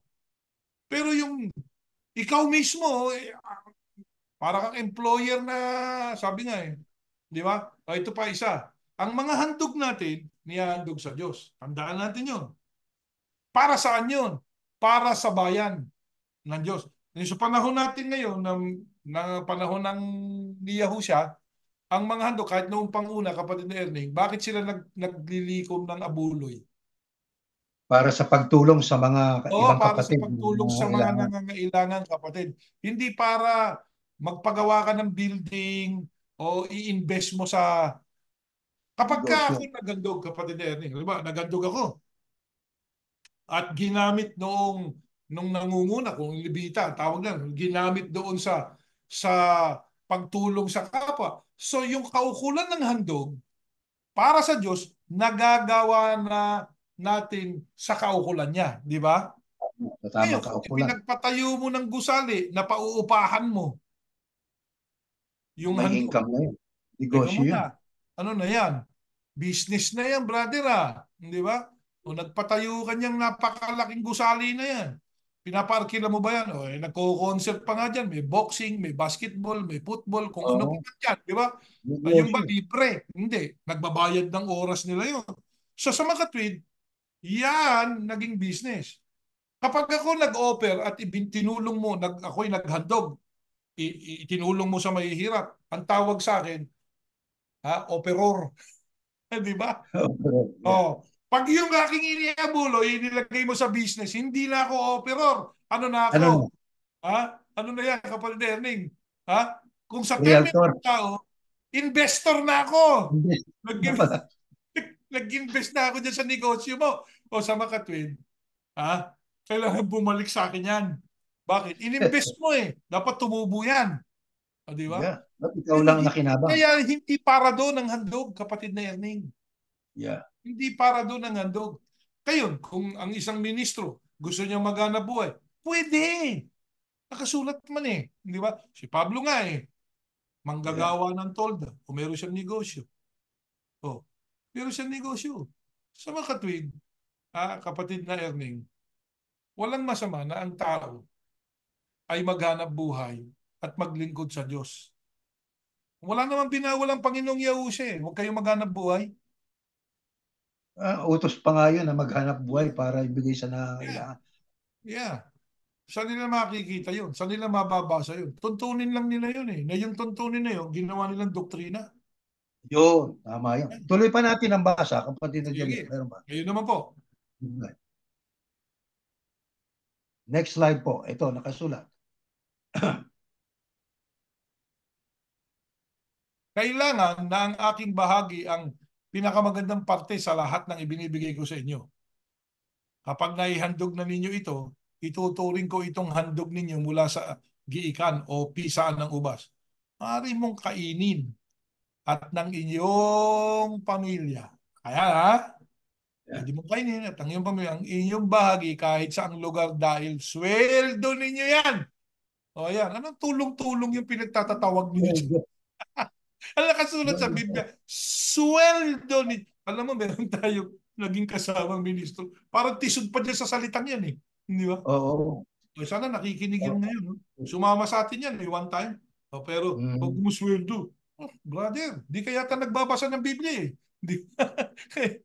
Ayun lang kasulat oh. Dahil sweldo ninyo yan sa inyong paglilingkod sa toldang tipanan, paglilingkod sa Tabernakulo. tabernakulo. Hindi kayo magkakasala sa pagkain ninyo nito kung naihandog na ninyo ang pinakamabuting bahagi sa Panginoon. Kita nyo? Yeah. Ngunit siguraduhin ninyo na hindi ninyo marurumihan ng banal na mga handog ng mga Israelita sa pamamagitan ng pagkain ng inyong bahagi nang hindi pa ninyo na ibibigay ang aking bahagi para hindi kayo mamatay. Yun. Hindi pa naihandog sa Diyos, ginugugol mo na eh. Yeah. Di ba? Nangyayari nga yan. Yeah, meron ganyan sa iglesia. Nililikom doon sa opisina tuwing linggo. Hindi pa na ihahandog yun. Dahil ihahandog yun sa katapusan daw ng taon. Pero yung inihandog, papel na lang. Wala na yung Oo. pera, papel na lang. Ginamit Di ba? yung pera. Saan ginugol yun? Nag-google na yun eh. Oh, kinukuha na di ba? Hindi pa naihahandog sa Panginoon Diyos. Kaya sabi nga ng Diyos, yung pinakamagandang bahagi, akin, ha? Akin yung una. Yung iba, Yeah. yan sa inyo. Pwede nyo Oo. kainin yan. Sabi ng Diyos, kung handog na pagkain yan, pwede nyo kainin yan. Pwede nyo pakain nyo sa pamilya nyo. Bakit? Sweldo nyo yan eh. So, ang Diyos Paliwanag yan. nagpapasweldo, kapatid na Erning. Mm. Ha? Ngayon, ito pa, kapatid na Jeriel, panig naman ang ating Panginoong Yahusya. Ano Mhm. naman ang kanyang pahayag? Next slide po. Ayan, Sige, pakibasa natin. basahin natin. Maganda tong ating discussion eh. No man can serve two masters, for either he will hate the one and love the other, or else he will hold to the one and despise the other. They cannot serve God and mammon. Yan naman ang Yeah. nakasulat sa panahon ng Panginoong Yahusha. Hindi ka Yeah. pwedeng maglingkod sa dalawang master. Di ba? Hmm. Paano Yeah. ngayon yan, kapatid Erning? Ang sabi, ye cannot serve God and mammon. Ang mammon po ay isang Aramaic term. Aramaic na term yan. Termino na Aramaiko. Mhm. Na ang katumbas po niyan ay kwarta o money or Mhm. material wealth or possessions. Kaya, mga kapatid, ako bilang ministro noon sa Iglesia ni Cristo, ang asawa ko nagtatrabaho noon, pinagbawalan. Isipin mo, no? Hindi na nagagamit ng mga asawang kurso nila eh. Hindi na. Kawawa yung mga napangasawa ng mga ministro dyan eh. Hindi, kapatid Di ba? Erning, double standard yan eh. Pero yung Double may nakatira mo sa pinapayagan. paligid ng sentral, yung mga asawa ng ministro, nagtatrabaho doon sa sentral, may sweldo Yeah, rin. Di meron. ba? May Pero yung double iba, standard eh. Ang Iglesia ni Cristo kasi walang standard. pag may double standard ka, wala kang standard. Yeah. Kaya dyan, hindi mo pwedeng sabihin natin na sa Diyos ka at ang focus mo naman ay sa kwarta. Alam niyo, Mhm. ang pagpapayaman ay hindi masama. Ano? Ang ikayumaman sa sariling matuwid na sikap ay hindi masama. Ang katunayan po niyan, si Job, si Abraham, Haring Solomon, basahin natin. Pinayaman na Diyos yan eh. Si Job, basahin Yeah. natin muna. Next slide po. Ito.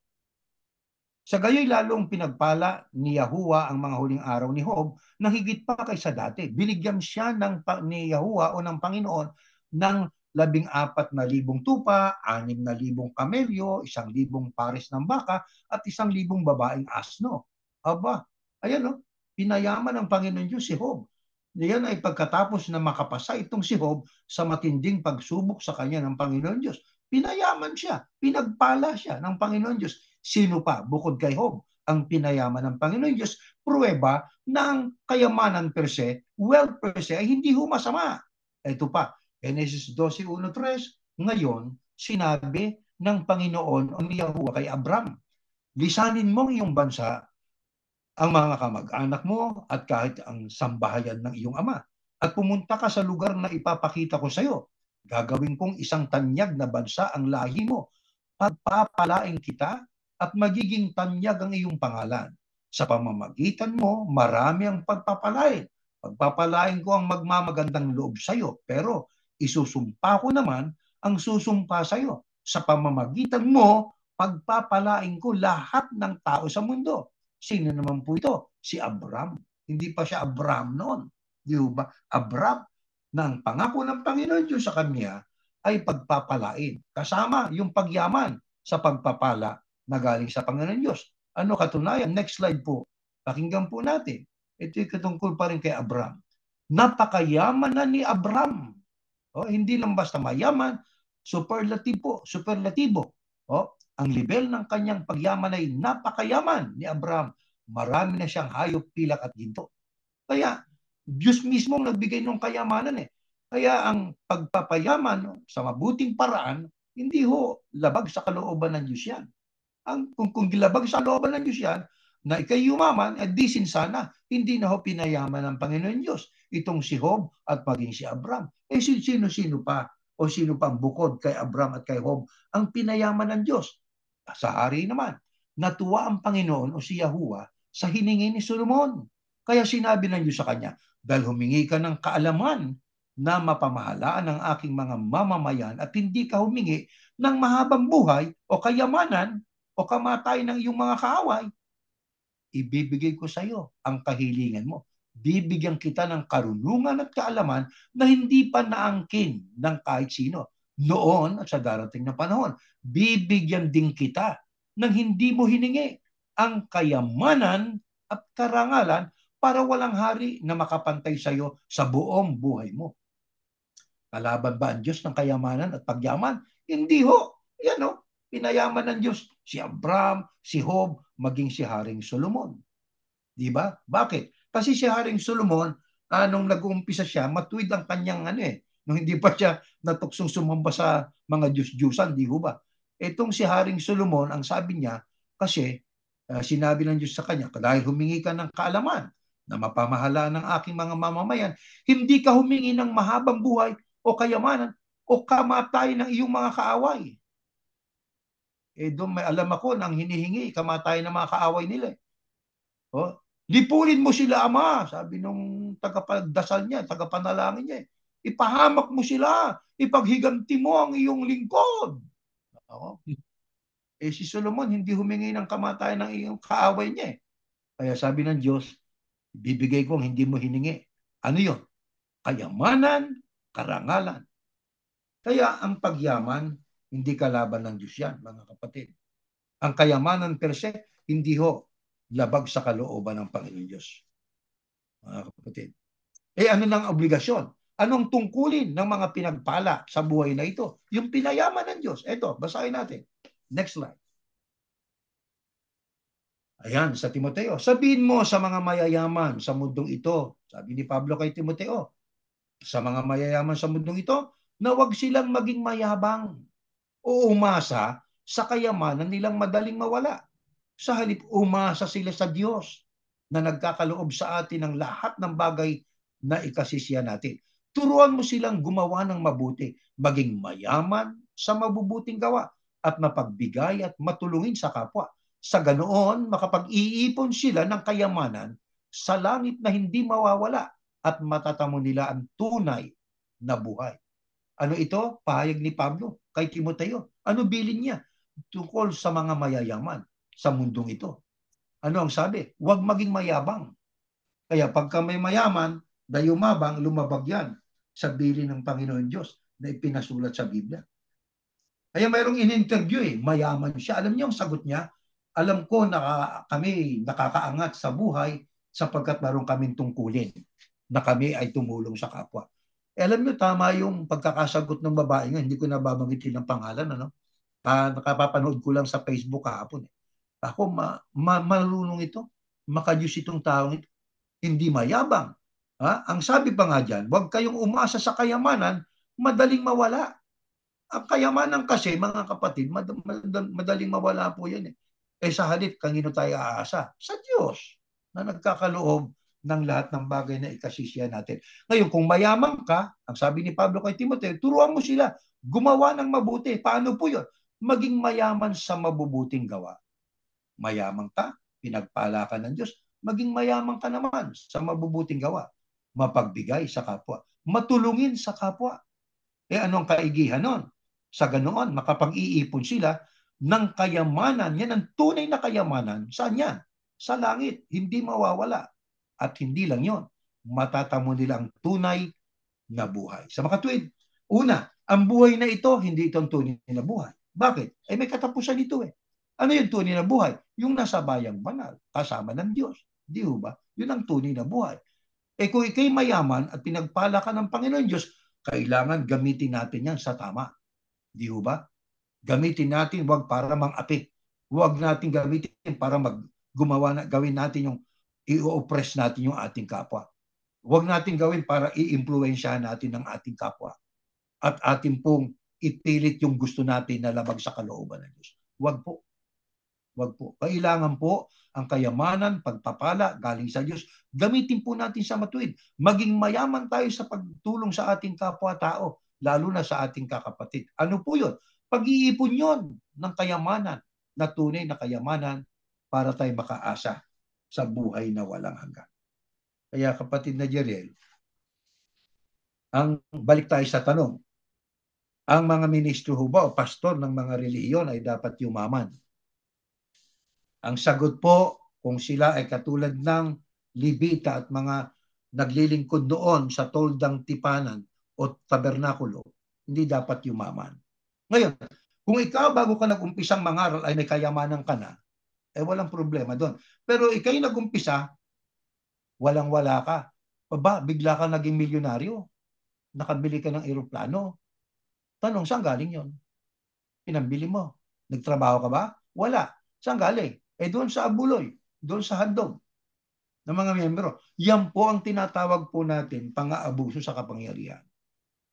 Ginamit mo ang handog para sa Diyos sa pansarili mo. Sabi ng Biblia, meron kang sentensya, condemnation, pagdating ng panahon. Eh ano Ngayon, itong ating ginagawang ito? Mga kapatid, ito'y pag-ibig ng Diyos sa ating lahat para tayo magbago. Di ba? Iwan ang mali, gawin ang tama. Kapatid na kaya ang Gabriel. tanong natin na ganito iayos natin yung tanong ano. Yung tanong kasi dapat bang yumaman, di ba? Yung mga ministro. Siguro dapat ang tanong, pwede bang yumaman? Mare, pwede. Pwede. Kung magsisikap siya, wag niyang gagamitin yung mga inihahandog ng pwede Mga siyang kapatid, kumuha doon yung sapat para sa kanya dahil meron yung siyang karapatan bagay doon niya. at pwede pa rin siyang maghanap buhay kung gusto niya. Ngayon, dito sa Tama. Iglesia ni Yahusha, yan po practice natin. No? Kami kapatid na Erning ay naghahanap buhay. Oh, walang masama doon. At the same time, gumagawa kami para sa trabaho ng Diyos. Yung pinatatrabaho ng Diyos. Ano yan? Ito, yung ipangaral ang kanyang mga salita. Sabihin sa tao kung sino siya, kung ano ang dapat na gawin at anong plano niya. Yan ang ginagawa po natin, mga kapatid. At naghahanap buhay ng marangal. Di ba? Marangal ang hanap buhay ko. Kaya ang tanong pwede ba yumaman ang isang ministro? Oo. Basta wag mong Pwede. gagalawin yung inihandog sa Diyos. Sabi nga, wag yan Yan. ang pakikingalaman mo. Baka ini-invest mo kung saan-saan yan Kasi yan ang naging pagkukulang ng maraming religious organization ngayon, kapatid na Erning. Ininvest yung mga handog ng kanilang religion sa iba't ibang mga negosyo or business Negosyo. ventures. Nung araw di ba, sabi nga natin, yung Mormon, isang katutak na negosyo meron sila. Ganun din naman ang Iglesia Katolika Ang Katolisismo may mga negosyo din. No, meron din Marami silang rin. mga ginagawang katulad niyan. Ano ba, sa Italia, yung kanilang mga building, parang yun ang kumikita na kapatid na Ernest. Mhm. Kasi Yan. yung mga building nila, pag pumasok ka, mag-aandog ka, wala namang sermon no? Hindi ka naman sasamba. Titignan mo lang yung building. Ang sabi nila, donate. Magbibigay ng Magdo-donate pera. ka. Okay, maganda pakinggan, donate. O sige, nag-donate ka. So kumikita yung building. Di ba? Yan ang nangyayari. Kaya, yung organized religion, hindi yan ang itinatag ng Panginoong Yahusha Totoo yun. Yan. Yung pinag-aralan niya, Movement. hindi siya nagtatag ng organized religion na mayroong hierarchy, na mayroong mga property. Actually, sa panahon nga ng mga apostol, nung inuusil sila wala silang property lahat, pinagbebenta nila di ba? Saka iwanan niyo ang wika, yung inyong mga pangangailangan. Pangaral Yeah. ng Ebanghelyo, di ba? So, Eh para ano sila, ho anong bilin ng Pablo pagdating sa kayamanan? Ito, next slide po. Pakibasa natin. Ayan. Sapagkat, ako nababasa, ang pag-ibig sa salapi. Kaya yung ownership ng kayamanan o wealth, hindi masama per se. Hindi ho ba? Pero ito sabi ni Pablo, sapagkat ang pag-ibig sa salapi ang siyang ugat ng lahat ng kasamaan. Ang sobrang paghahangad ng salapi. Ang nagtulak sa iba na tumalikod sa pananampalataya. Ayan, totoo yan. At nagdulot ng maraming paghihinagpis sa buhay nila. Diba? Ang sobrang paghangad. Kaya magkaroon ka ng kayamanan sa mabuting paraan. Hindi masama po yun Di ba? Ang masama, ikaw ay naging alipin ng kayamanan. Sa sobrang paghahangad mo ng salapi, na tumalikod ka sa pananampalataya. Ano po yun? ayan, Tumalikod ka sa aral ng Diyos. Di ba? Yung gamitin mo yung handog ng mga miyembro mo sa pansarili mo, pagtalikod yun sa pananampalataya. Bakit? Hindi yun ang kaukulan ng handog ng mga inihandog ng mga miyembro. hindi lang yun. Yung call upin mo sila kapag kakokonti inihandog. Yan ang masakit doon, kapatid na Di Jerry. ba? Bakit nung isang taong ganito, ngayon ganito na lang? Yan. Di ba? Ba't umurong ka? Tapos meron pang salita na hindi ho kami dito mag-handog aalis ho kami. Aba, iwan niyo na lang po dito yung inyong handog. Yung pang matindi rin doon. Naku po, ano ba yan? Kaya Sabi, mga kapatid, umaasa ho kami, kapatid na Jerno, tayo na itong ating sagot sa magitan ng Biblia tungkol sa panalangin at kung marapat bang yumaman ang ministro o pastor ng isang relihiyon ay naniniwala tayo at sumasampalataya na ito'y nakapagbigay ng liwanag sa kaisipan ng mga nagtanong sa atin. kaya Kapatid yung na Jerno? sinasabi natin, kasi doon na kinakapitalize, balikan natin yung kinakapitalize sa atin dati, hindi anya makapaglilingkod sa dalawang Panginoon. Kaya hindi pwedeng ministro ka, naghanap buhay ka pa. Conclusion mo yan eh. Di ba? Conclusion Conclusion mo nila yan. yun. Sabi nga, hindi ka pwedeng maglingkod sa dalawang Panginoon. Ibig sabihin, naglilingkod ka na doon sa pera eh. Hmm. Pero kung hindi kayo maghahanap buhay para gamitin mo sa ikabubuhay mo at para meron kang maihandog pa para sa Diyos, walang masama ron. Depende yun sa paggamit mo. Yung pag-ibig sa salapi, yun ang masama. Pero yung kumita ka ng salapi, hindi po masama. Pag inibig mo, ibig sabihin, yan na lang ang laman ng isip mo. Di ba? Yan, puso mo nakalagak na sa Puso mo kayamanan. nakalagak na dyan. Nandiyan na rin ang tiwala mo. Mayaman ako. Kaya kong gawin Wala na lahat. sa O, Diyos. di ba? Ayan. Nawala na yung pagtitiwala kanino sa Diyos. Sa mga katwid, yan ang ibig sabihin. No? Kaya yung mga ministro, minsan, lalo ko na, kung nandito kayo sa Amerika, tingnan niyo yung ginagawa sa inyo. Labag sa batas eh. Di ba? May mga paglabag sa batas. Kung labag sa batas, sabi nga, you know what? Sound off. Sound off. Para yung mga gumagawa ng mga paglabag sa batas, mapigilan at hindi sila magkaroon ng malaking kasalanan laban sa Diyos. At tayo naman, tumulong sa pagpigil sa mga nang-aabusong leader. Ayan lang yan eh. Kasi kaya Totoo yun. nang-aabuso yung iba, kapatid na Erning, hindi kumikibo eh. Yan, totoo yun. Hindi kumikibo. Naabuso tuloy. Yan. Kaya sa nauwi yung iba, magmumulestya kayo ngayon, di ba? O maghahanap buhay kayo pa ilalim, o ayan.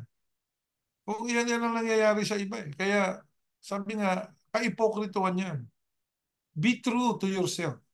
Yan lang yan. Maging tunay tayo. Una, may batas ang Diyos. Hanapin niyo yung batas ng Diyos. Ano ba ang pinahihintulot sa akin? Ako, ministro ko eh. Ano po ba pinahihintulot mo sa akin? O di ba sa akin mo? Yung si Pablo.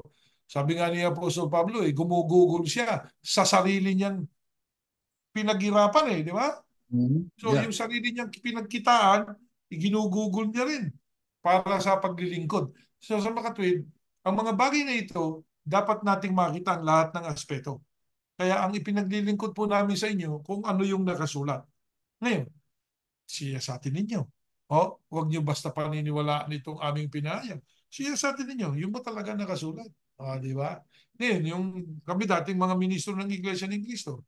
Ah, Una yan eh. Pero bakit hindi ka makapagsalita? Kasi merong umaalipin sa iyo eh. Hindi ka alipin ng Diyos eh. Alipin ka nung tao o nung mga taong yun. Nagiging alipin ka. Di ba? O.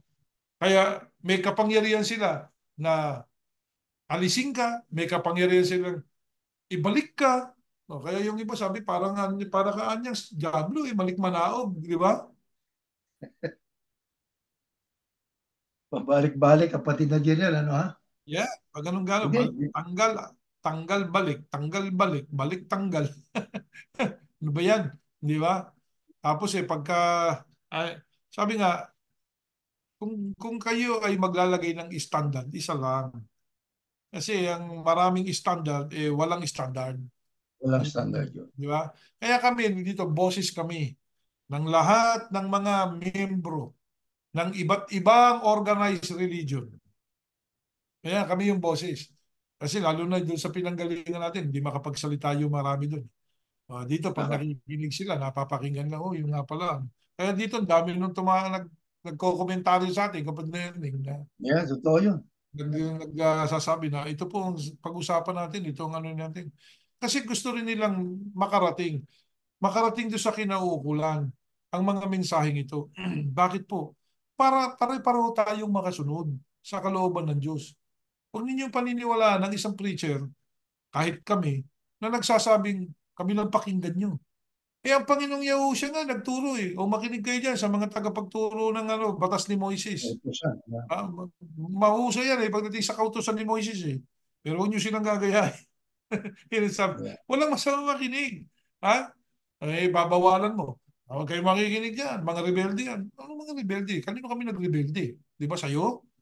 Hindi. Pinupuna ka namin. Hindi rebellion yun. Di ba? Pag Yeah. pinupuna ka namin sa mga pinaggagawa mong mali, hindi rebellion yan.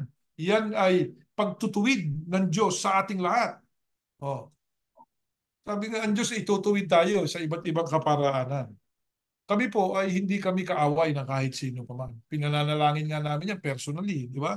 Pinananalangin natin ng mga pinuno ng bansa, pinananalangin natin lahat ng pinuno ng reliyon. Pero hindi po pwedeng hindi natin punahin kung ikay pinuno ng reliyon, nilalabag, inaabuso mo yung ibinigay sa iyong karapatan. Ha? Meron lang hangganan yan eh. Meron yung glass ceiling. Hindi pwedeng above the ceiling ka. Hindi pa pwede yan. Yeah. Bakit? Hindi naman para sa yan. Hindi mo ikaw may-ari ng iglesia. Oh, may-ari ng iglesia ay ang Panginoong Yahushua. Yung tanong ko, nasaan ba siya? Sa langit. Buhay po ba, kapatid Erneng? Ay, buhay. Buhay na buhay. Buhay na buhay siya eh. Di ba?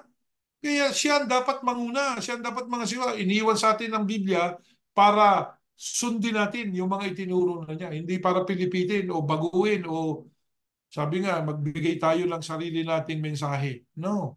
Ito ang layunin ng programang ito.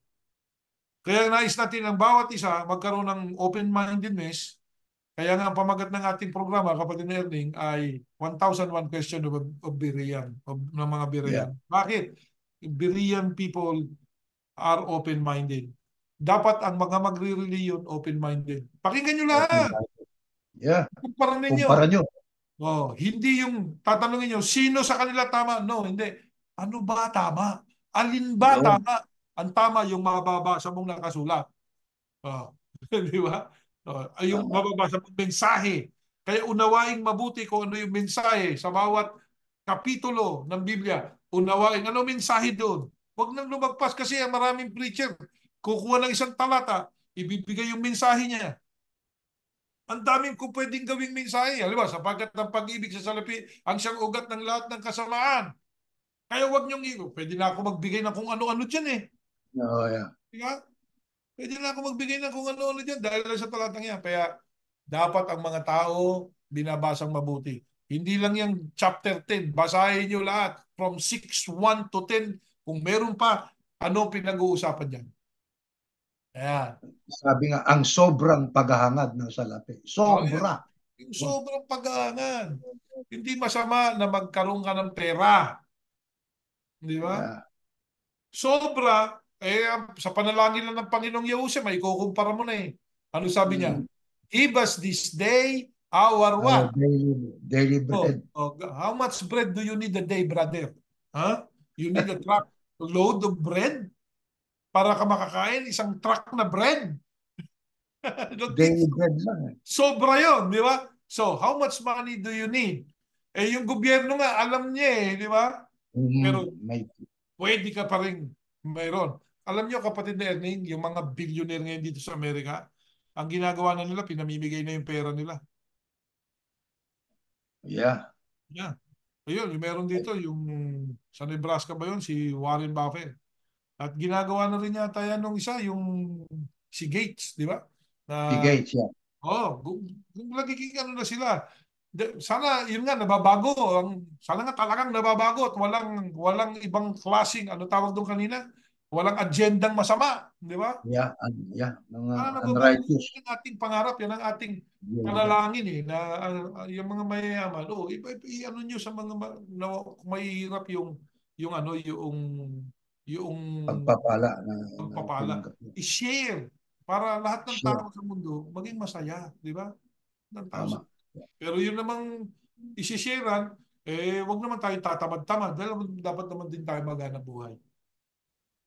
Tama. Bueno, kapatid na Jeriel, tayo Opo? po ay nagpapasalamat sa Diyos una at sa mga Yes. kapatid at mga panauhin natin na kasama sa pag-aaral na ito. Manalangin po tayo. Patuloy po kayong magsiyasa. Ama naming Yahuwah, maraming salamat po sa iyo sapagkat Opo. patuloy kang nagtutuwid ng mga kamalian ng marami sa amin. Ama, Opo. hindi kami perpekto.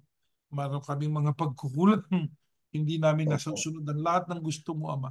Patawarin mo Opo. po sana kami. Tulungan mo po na ang bawat nakikinig sa programang ito ay patuloy na magsiyasa bago nila Opo. tuluyang paniwalaan at iapusin ang aming ipinapahayag. Tulungan mo po Amen. maunawaan naming lahat ang iyong banal na layunin Opo. upang makapanatili kami sa tamang paglilingkod sa iyo at magkaroon kami ng Amen. tamang pag-uugali. Ama, Amen. sumasampalataya kami na binasbasan mo na kaming lahat. Pinananalangin Opo. namin lahat ng mga pinuno ng bawat bansa, lahat Opo. ng mga nangunguna sa bawat relihiyon. Tulungan mo po sana Opo. na isa naman ang layunin ng marami sa amin, anumang Opo. relihiyon kami kabilang o anumang organisasyon kabilang ang mga tao gustong gumawa ng mabuti at maglingkod sa iyo. Kaya lang minsan, Ama, natutokso ang marami kapag nakakakita na ng kapangyarihan, kakita ng maraming salapi, iniibig na nila yung salapi sa halip na ang ibigin ay ang iyo, ang pagsunod sa iyo. Ama, tulungan Amen. mo po sana kaming lahat Opo. na huwag kaming mahihiwalay sa prinsipyong itinuturo mo. Opo. Basbasan mo po kaming lahat. Opo. Magyan mo kami ng aming pangangailangan. Opo. Magamit po namin sa araw-araw na pamumuhay. Tigit sa lahat, magamit po namin, Ama, sa mga paglilingkod sa iyo. Amen. Sumasampalataya kami, bibigyan mo rin kami ng mahabang buhay at malusog na pangangatawan. At Opo. ganoon din ang panalangin namin sa lahat ng aming mga kapatid, ang lahat ng Opo. mga nilalang mong tao, lalo na po Opo. yung mga dati naming kapanampalataya, mga kasama Opo. naming mga ministro, mga kasama naming mga dating kasama kaming naglilingkod, kasama nila. Tulungan mo Opo. kaming lahat, Ama. Maunawa ang mabuti ang iyong kagustuhan upang Amen. kami lumakad at patuloy kaming pumuri sa iyo. Inihiling Amen. namin ang lahat sa pangalan ng Panginoong Yahushua na aming tagapagligtas. Amen. Amen. Sige po, Kapatid Neling, maraming salamat. Maraming salamat sa inyong lahat. Magandang gabi po. At kung meron po kayong katanungan o meron kayong suggestion na gusto ninyong pag-usapan natin dito, gamitin ng Biblia, sige po, magpadala kayo na magpadala. At sa mga nakikinig, maraming salamat sa inyo. Sige po. Hanggang sa muli po. Bye-bye.